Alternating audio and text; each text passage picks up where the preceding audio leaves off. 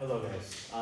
In this next video, I was going to separate this into two videos, but I'm going to put it into one because today we're doing adding and subtracting rational functions, and as you guys will see, there's no reason to have two videos because when you're adding and subtracting, these are two different problems here. The two problems we're going to be doing, you're doing the same exact thing. This sign really doesn't mean very much. You're following like the same principles, since obviously addition, subtraction, those are two inverses of each other, so it's all going to be the same thing. Okay, so the key when you're doing addition and subtraction problems here is the base, or not the base, I'm talking about the denominator, the bottom, the denominator, whatever it is here, our denominator, our denominator, our denominator, our denominator. Those are what we're looking at. The first thing we got to take care of. So what exactly do we care about in the denominator? And what we need in the denominator is for our two fractions to have the same denominator. So we can't really do much with these unless both of our fractions, here, here, here, here, have the same denominator. But as you guys can see here, that's not the case. X squared minus 64, x plus 8, those aren't the same. So what you're gonna have to do for these addition and subtraction problems is your first couple steps are gonna be all centered around, okay, how do we make these two denominators, these two fractions, have the same denominators? So looking at this first one, we have x squared minus 64 and x plus 8. Our first step is to really kind of dig in deeper to what is x squared minus 64. If we ever have something with an x squared, we're gonna have to factor it.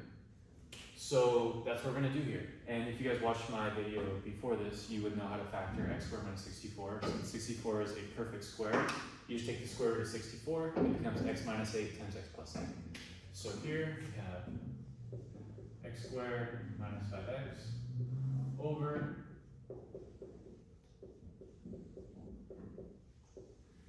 and then over here plus So now that shows us a little more about what is really going on in this left fraction. So we're gonna do the same thing over here for our subtraction problem. This one's gonna be a little more difficult to factor. We're gonna have to do x, 25 on top, negative 10 on the bottom.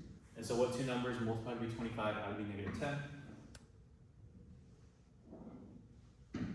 So this just becomes x minus 5 squared.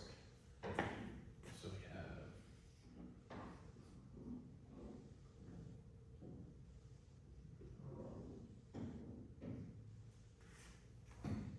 and then I want to look at 5 minus x now. So 5 minus x, is there any way we could mess with that, rewrite that so it's become something that we're more familiar with? Because 5 minus x, we're not used to seeing equations written like that. We're used to having the x first and the number next. And this is what you're going to do. I'm just making a little side note over here. We have 5 minus x. If we want to make this normal, we just factor out a negative 1. And then we could flip the signs on both of these. This becomes positive x, this becomes negative 5. We're left with x minus 5 as we desire. So that's what we're going to do here actually. We're going to put minus x plus 2 over negative 1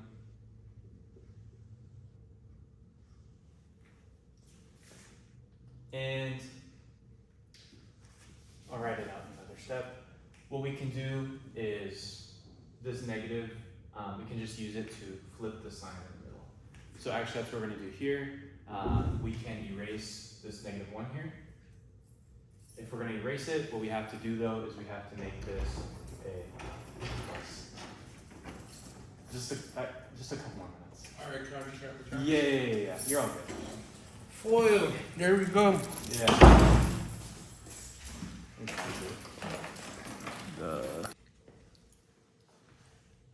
All right, and we're back. So where were we at? I think I was just saying that I got rid of this negative 1 here, and what I had to do in order to get rid of that negative 1 is I just flip the sign in the middle. So this now becomes a plus. So kind of what I was saying at the beginning, how you do the same thing here on these two problems, you can kind of see it here because this one just flips into becoming an addition problem. So, and this one, if I did the same thing here, it could become a subtraction problem. So you're just kind of doing the same thing. Okay, so now we have to give, in both of these cases, we're thinking, how could we mess with either of these denominators, either these two or these two, so that they both have the same denominator. So the way I kind of think about it is, it kind of is like confusing when you got all these numbers and letters, but let's say you had like 2 times 3 plus 2. And you think to yourself, what would you have to multiply either of these sides by so that they become the same? You should say, oh, okay, they both have a 2 in common, but this one has an extra 3, so if we want to make them the same, we just multiply this by 3. And you're allowed to do that as long as you then multiply the top by 3. I forgot to say that rule, my bad. You can do whatever you want to the denominator, you just have to do the same thing to the numerator. So if you multiply the denominator by something, you also have to multiply the numerator by that same thing. So here, they both have an x plus 8 in common. But what makes them different is this one also has an x minus 8. So what you're going to have to do is you're going to have to give this one an x minus 8.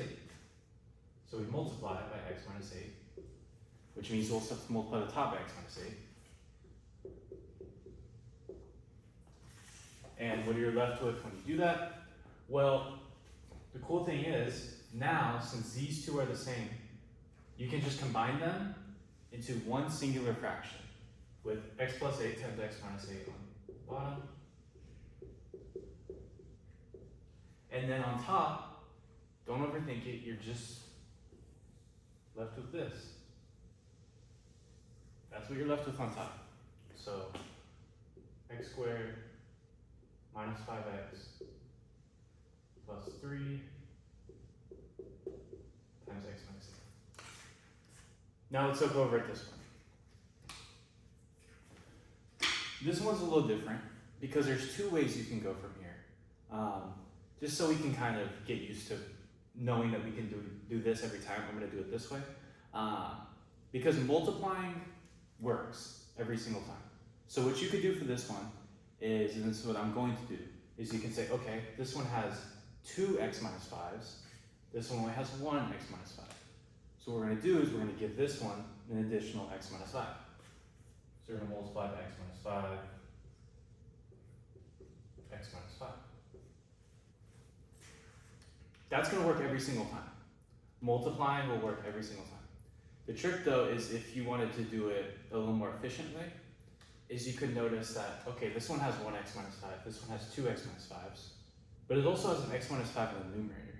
So if you wanted to, you could cancel out x minus 5 on the numerator with one of these two, and you'll just be left with 1 over x minus 5 plus x plus 2 over x minus 5, and you could combine that in just one fraction since they both have a denominator, just x minus 5.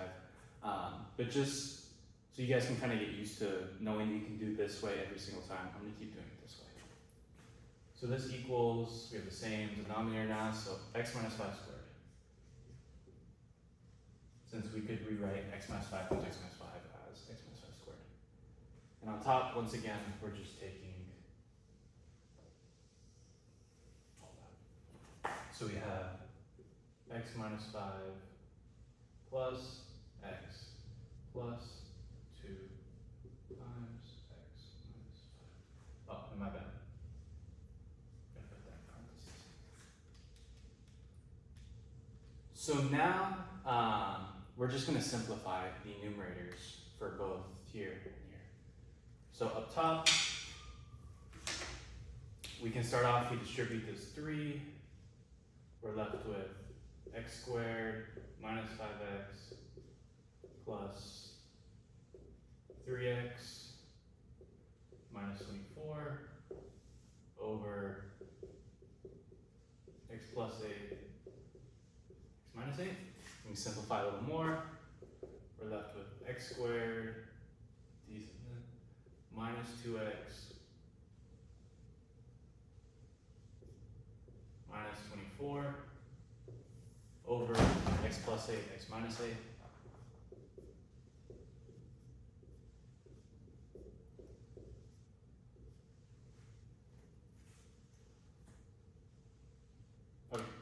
So now with this one up here, we are not quite done yet. Because what I want you to do after this is we're trying to make this as simplified as possible, right? So we did combine it into one fraction. We can make it a little more simplified.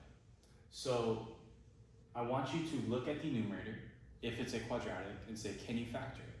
Because if you can factor it, then there's a chance that you'd factor it, you put it in factor form, it's going to cancel out with something in the denominator. So let's try it. Off to the side, we're going to factor negative 24, negative 2. And there's going to be times where you try to factor, and you're just like, there's not any numbers that exist that would make this factorable. So it's not factorable, so you just leave it like this. But if it is factorable, I would like for you to factor it. So this one is factorable. Two numbers that multiply would be negative 24, add would be negative 2, you have negative 6, positive 4. So this one you can just rewrite as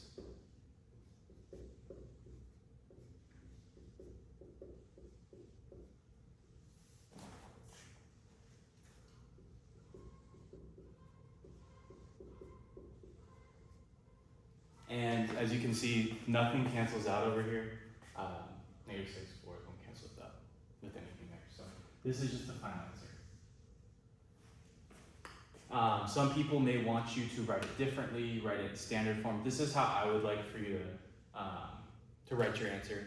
Just because when things are factored out, I feel like it's the most kind of simplified. You can kind of like really see what's going on in both the numerator and the denominator. All right. So back to this problem. We simplified it. So before we do anything, we gotta multiply these two out. So x plus 2 times x minus 5. So we make a box.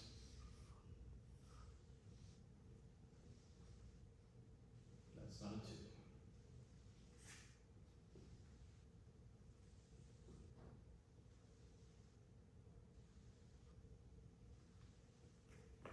2. And so this becomes x minus 5 plus x squared minus 3x.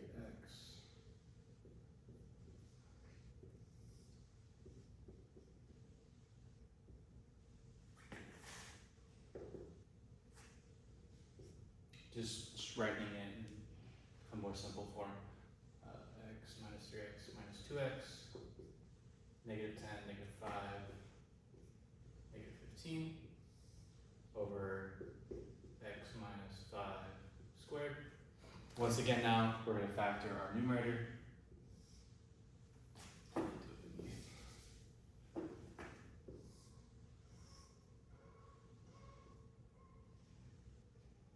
So what two numbers multiply to be negative 15, add to be negative 2. So we should have negative 5 and 3. So we can rewrite our numerator as x minus 5 times x plus 3 over x minus 5 squared. And then now you can see that, oh, this is why you factored the numerator, because now we can actually cancel out this x minus 5 with one of these x minus 5s. And we're just left with, for our final answer, x plus 3 over x minus 5. And so the cool thing is about these problems is you can kind of do them in multiple ways. So if you did decide here to do it the other way that I talked about, you would still ultimately get to this answer. So either way, one way might be more or less steps, one requires more kind of number sense, one requires more just kind of memorizing the procedure. You guys can choose which way you want to do it, I don't care, because you're going to get to the right answer eventually.